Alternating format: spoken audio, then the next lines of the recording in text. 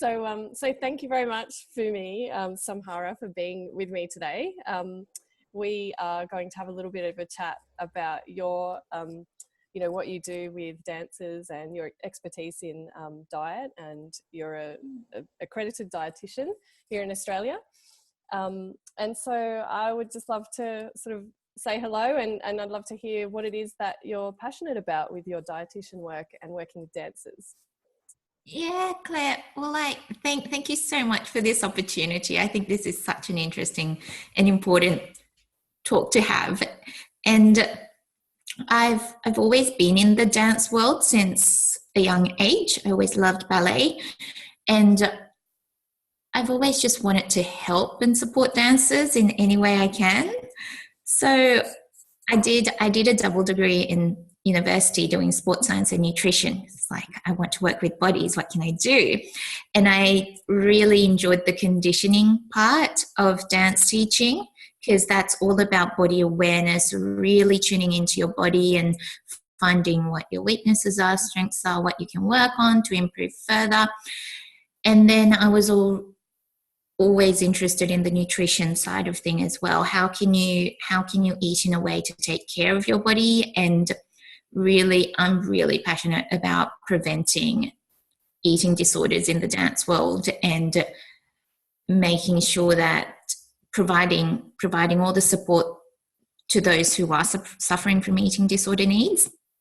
And so, yeah, I just followed what I really wanted to do, and this is where I ended up. I love that, though. That's great. I mean, thank you for being here.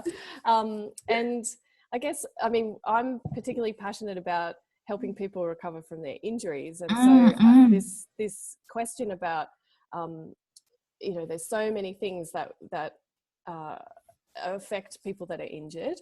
And there's so many things. They get lots of advice on, rehab exercises, and they may be told, make sure you sleep enough, and, here's some pain medication and all of that.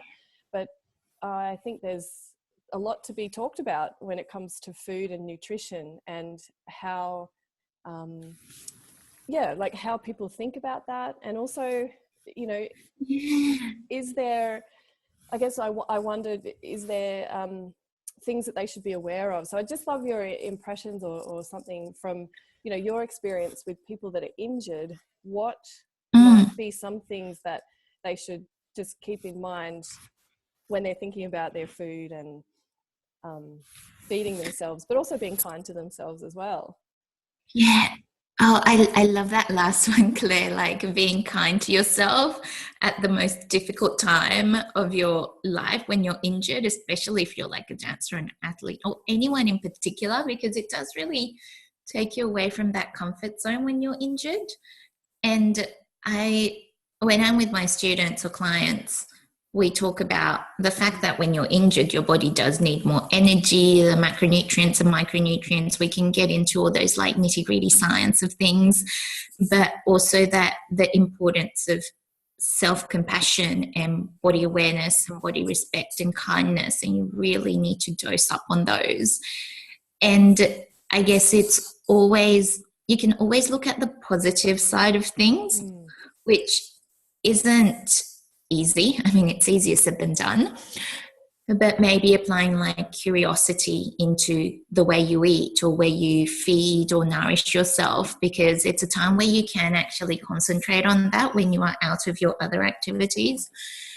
And we talk a lot about embracing the gray area of nutrition and food, because it's all about experimenting with yourself and really being proactive to find out what makes you feel comfortable and safe.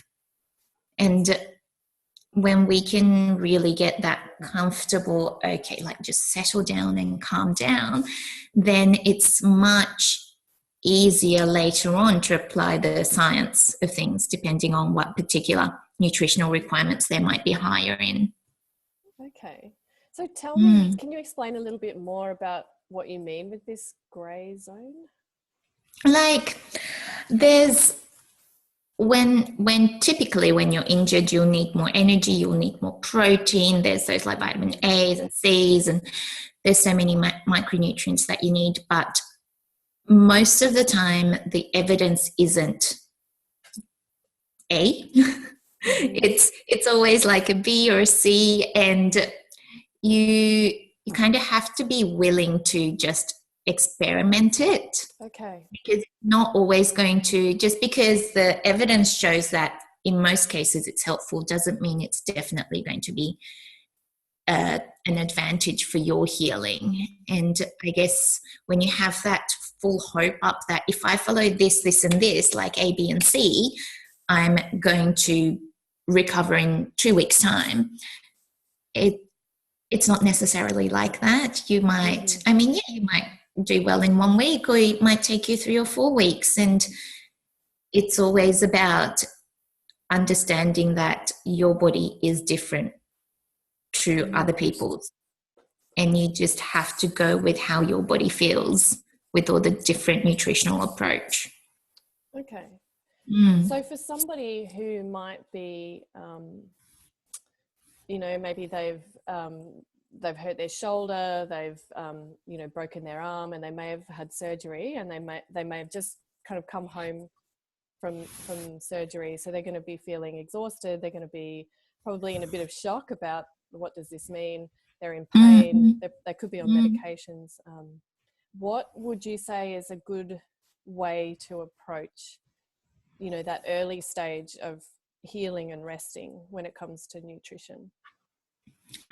Say resting is the first thing and the most important thing. And when it comes to fractures, which is really common in dancers too, there's no miracle nutritional strategies which will accelerate the healing like dramatically. We can talk about calcium and vitamin D, and in terms of joint health, talk about omega-3s as well. But it will be, I kind of take the advantage of having the two hats, the nutrition side and the conditioning side. And we always talk about, okay, let's reduce the pain first, wait until that pain settles down. And after that, what's your body or other parts of your body capable of doing? And can we concentrate on that while the place that you've injured needs a bit more time to just rest? And in terms of eating, we talk more, we really talk more about when dancers, athletes injure themselves, they are at a great loss and they're just so confused. They do question their identity a lot. So it will be a lot about stress eating. So it will be a lot about, what is it of your eating style that's worrying you at this stage? Can we work around that? Rather than, you broke your bone, let's get some calcium. Right. Yeah. Okay. So it's a very personal approach, is what you're saying. Yeah. Yeah. Okay. And what would you recommend for people? I mean, I guess a lot of people, it wouldn't cross their mind, I need to speak to a dietitian.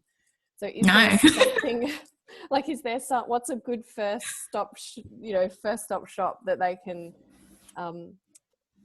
maybe think about? Are there any general rules that you can sort of give me, or good organizations, websites that people can kind of go to, or something like that? I've never thought of good organizational websites. Look, I'm just thinking maybe I should say you should go to Dietitians Association of Australia. But at the same time, they don't really have too much of an injury-specific advice there. But what I think is that if you injure yourself and it kind of and your eating habit surfaces, maybe you've never thought about your eating, like nutrition as a priority, but this injury kind of got you to take a step back and go, maybe I could have done something with my eating to prevent this happening, or maybe there's some eating strategies that I can put in place now so that I can really accelerate this healing process or support this healing process. Yeah. I guess find someone who's qualified, whether, and then that's where you can use DAA website, like who's a qualified dietitian, or go to a sports dietitian in Australia and find a sports dietitian there to really talk about it. But that would be really interesting to have, like just a platform to find a professional who specializes in recovery or healing. Yeah. I think that's something we need. Yeah. Because with my students, I always tell them, like, the door's open and you can always come and chat to me if there's something that's worrying you, whether that be injury related or not. And so that's how I kind of nurture my students or everyone around me. But when they're out of that circle, we need that. Yeah, because I guess it's one of those things where it comes along. Well, you did mention some injuries you can use diet and nutrition to just be aware of, not having the injury. So I guess you're talking about things that can help strengthen your bones and feed your muscles well, so they're less likely to tear and that sort of thing. But I guess for the people where they have a sudden injury, so one day they're happy and healthy and then the next day they've got this big kind of injury, there isn't really just a good place to start. So I would, that's one of the things that I would love to be able to highlight to people, through my website and putting some information out there. Yeah. I mean, you can always find a dietitian, and anyone would be happy to talk about eating if that's something that you're worried about.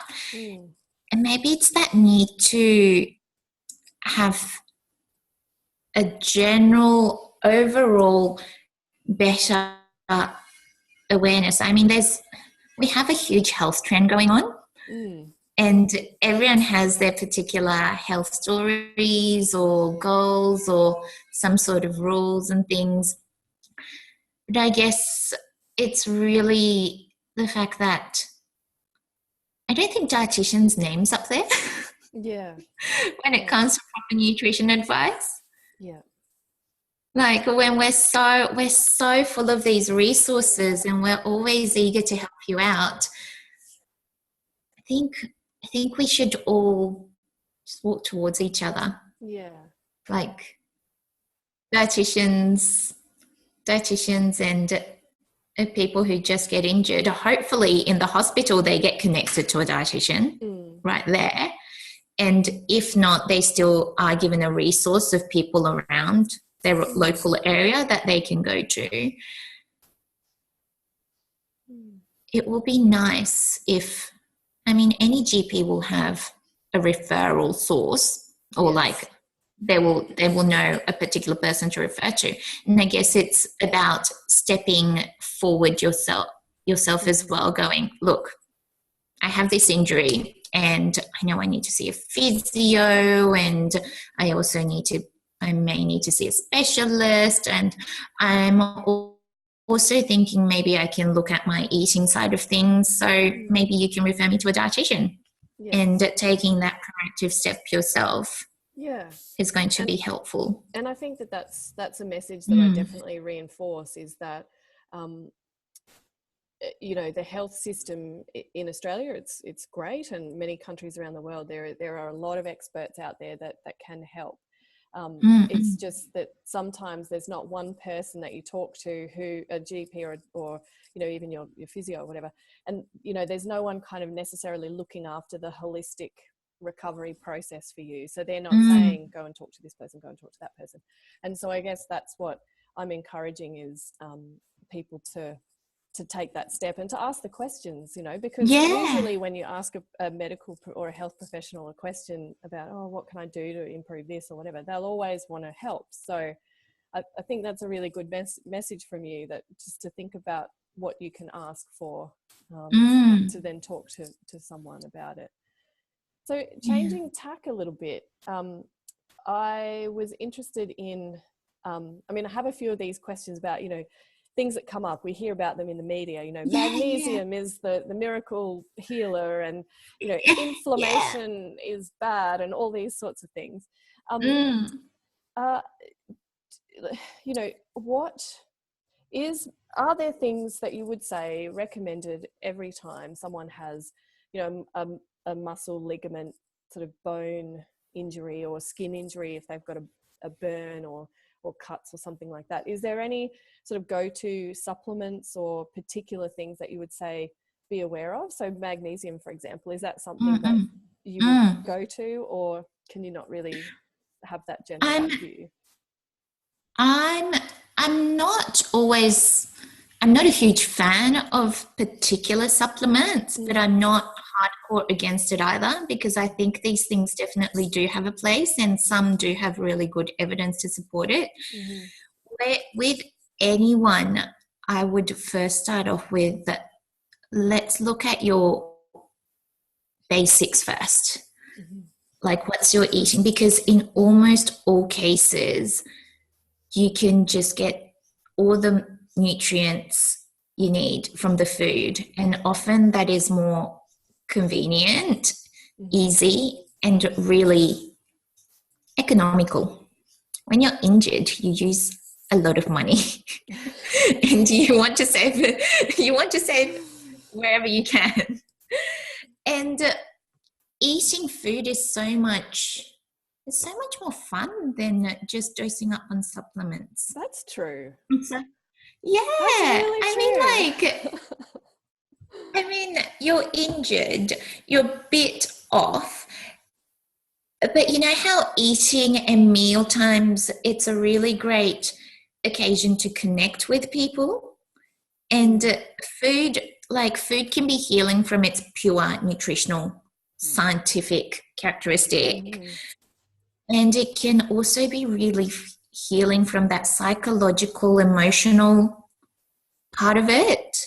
Like maybe it's your mum's chicken soup or your grandma's, you know, tea and biscuits.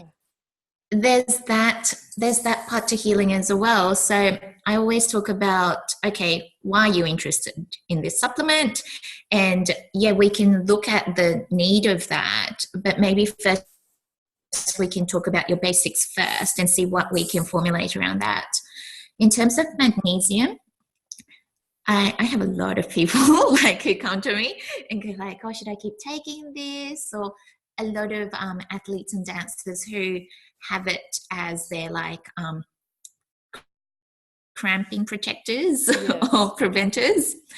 I think there was a time several years ago where all the physios and those went on, okay, just take magnesium supplements and Epsom salt baths after your exercise. And that's fine.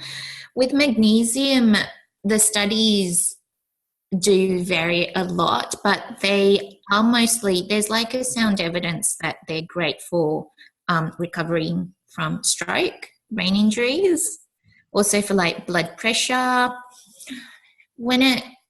Interesting sciatic nerve recovery and regeneration. I was like, oh, that's interesting. So a lot on those neurological part of injury, they could probably have an effect on. I think though these days it's almost always used for muscle cramps. And to be honest, the reason behind muscle cramps is not 100% understood. And if that person swears by it, go for it. Unless if they have a renal issues, kidney issues, I would be very cautious about the toxicity of it, because it is hard to get an overdose of magnesium, because your body does have the homeostasis to balance it out. But when they have kidney issues, that mechanism is impaired. So it would be okay, maybe supplements not the first thing we want to talk about. I mean, it is, yeah. For magnesium, I'm kind of quite relaxed. Yeah. Like, if you want it, let's take it. But it will be more like, okay, we'll look at your overall eating. If you want to take the supplements, maybe we can have like a week or two of taking the supplements and then a week or two of not taking the supplements and see what you feel on those two occasions. And if you do feel better with the magnesium supplements, then let's have it as like your back keeper. Yeah. You have like an extra tool that you can take when you're stressed. And then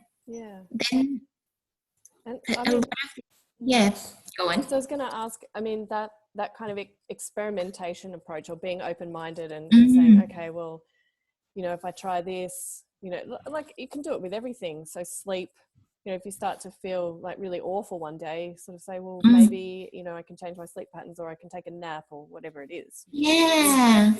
And so I wonder, like, what do you see as the opportunity for that within the context of nutrition and food? That, you know, should you sort of maybe do it day by day, or would you say, you know, have a weekly plan for what you're going to eat? I think not really like a daily changes, but I have at least, like, if we're experimenting things, at least do it for like a couple of weeks. And then see and just jot down like how you felt about it, what was your performance or like your body function like. It will be, I mean, like magnesium supplements, I was interested first because of its effect on anxiety. And if it improves anxiety, it will improve a lot of their overall well-being, because less stress has so much to, like, reducing your stress level will improve your nutrient absorption. And if you can improve your nutrient absorption, you can possibly facilitate quicker healing in the long term. So it's a very, I don't know, I like to keep an open mind to everything.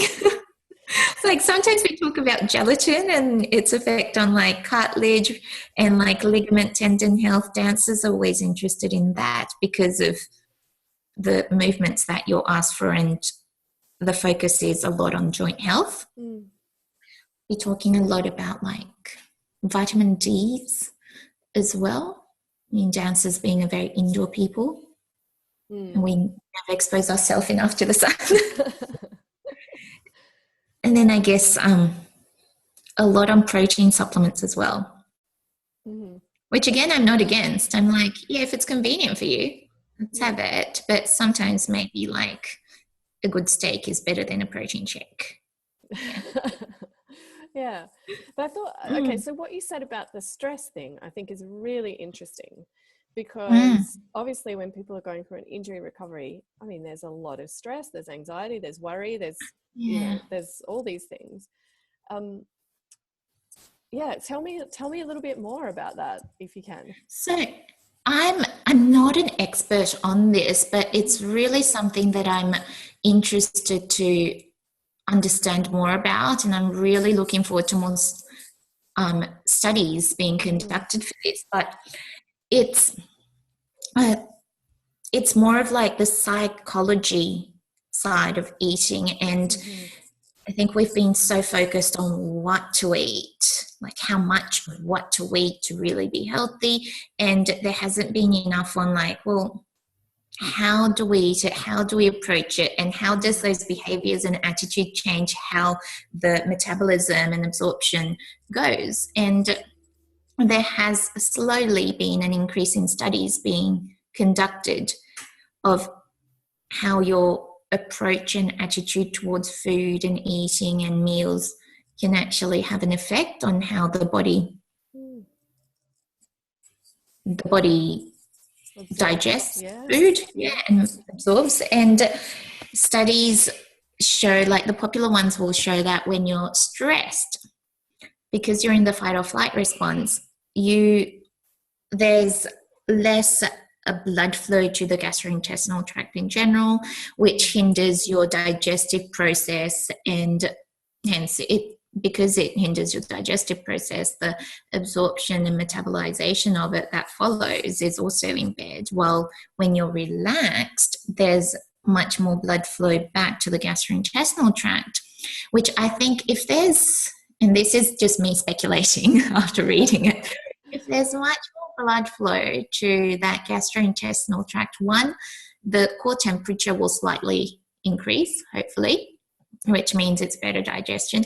And at the end, nutrients just don't fly to different cells. They need to be delivered through the bloodstream and the blood supply. And if there's enough blood supply to the gastrointestinal tract and you can digest and absorb all the nutrients and then go to the extremities and all the cells, then that will really nourish every single cells and tissues and organs of the body.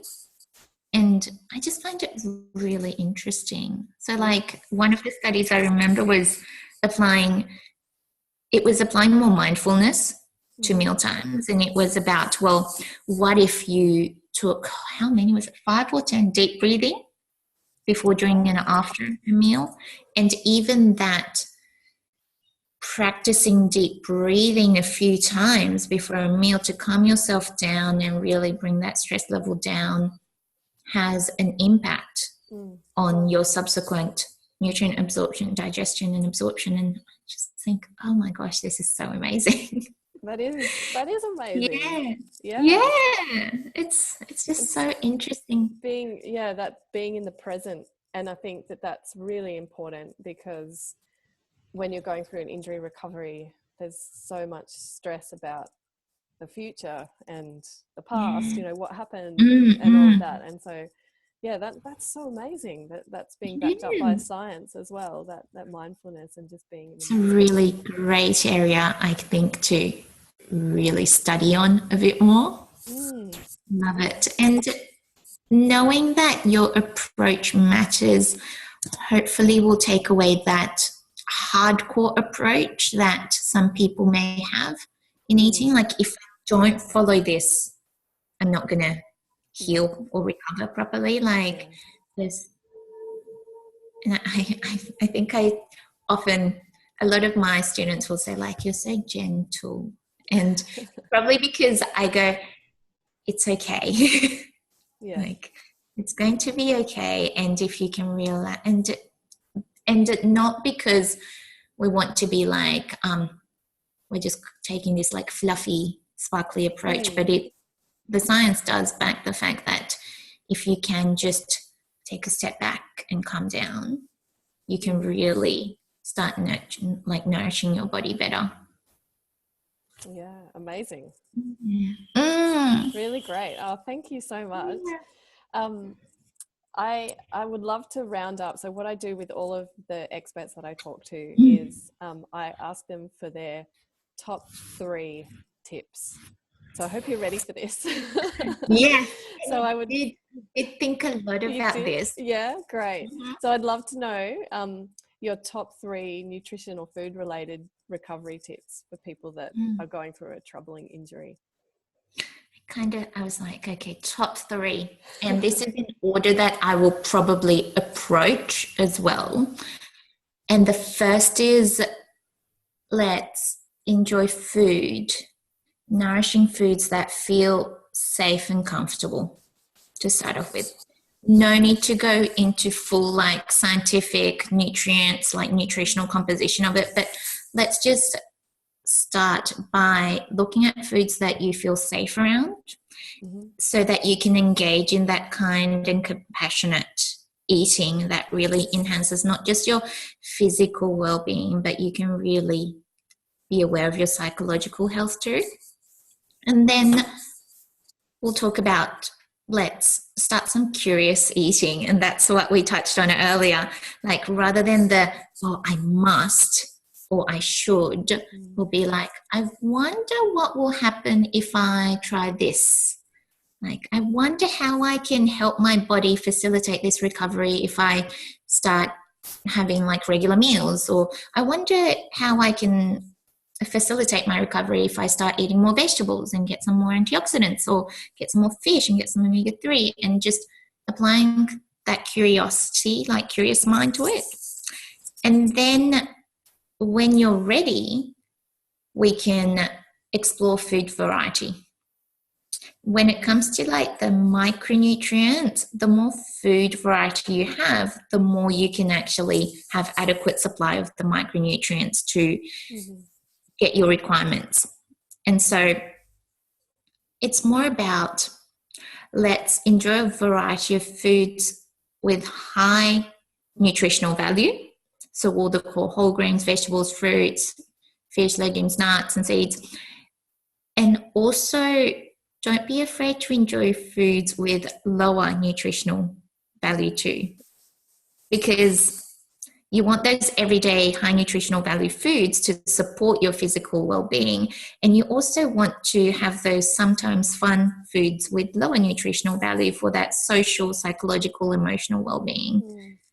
And really, that's my 3 Yeah, that's things great. Yeah.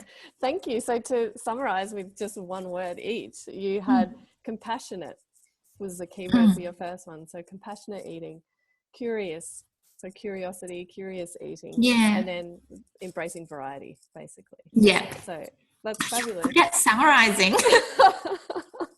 Really good at it. Oh, so that's fabulous. Thank you so much. I've learned so much through this conversation with you, Fumi. It's just, thank you, Claire. Yeah. It's always nice to talk about all these interesting nutrition and eating behavior and things. So yeah, really appreciate your time. Okay, well, thank you so much. And I'll sign off here. So we'll talk to you another time. All right. Thank you.